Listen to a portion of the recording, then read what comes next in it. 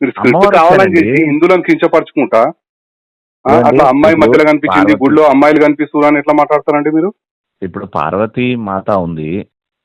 మన ఇప్పుడు పార్వతీ మాతను మనం అమ్మవారని ఇది పూజిస్తాం ఉమ్, కదా, అంతే ఉమ్, కదా. ఉమ్. మనం ఇంట్లో మన వదినని, మన అమ్మని, చెల్లిని కూడా అమ్మవారి రూపం అనే పూజిస్తాం మనం.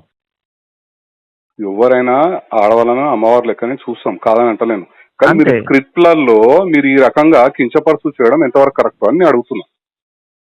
ఇది సార్, మీ పేరేమన్నారు సార్? రెడ్డి నా గారు పేరు ఏదో అన్నారు. కేశవరెడ్డి అండి. కేశవరెడ్డి గారు, మీరు మాట్లాడేది నాకు అర్థం కావట్లేదు. నేను పాయింట్ మాట్లాడుతున్నా. ఇది మీరు బేసిక్గా పాయింట్ నేను కానీ సుధీర్ కానీ మీ తప్పుని మీరు రెడ్డి గారు లేదు, రెడ్డి గారు వినండి. రవి గారు రెడ్డి గారు వినండి. చెప్పండి. ఇప్పుడు అక్కడ చిరంజీవి గారు చేశారు అని మీకు తెలియదేమో. ఓకే, నేను చెప్తాను. ఇది ఫైనల్గా ఏంటంటే, నేను షూట్లో ఉన్నా.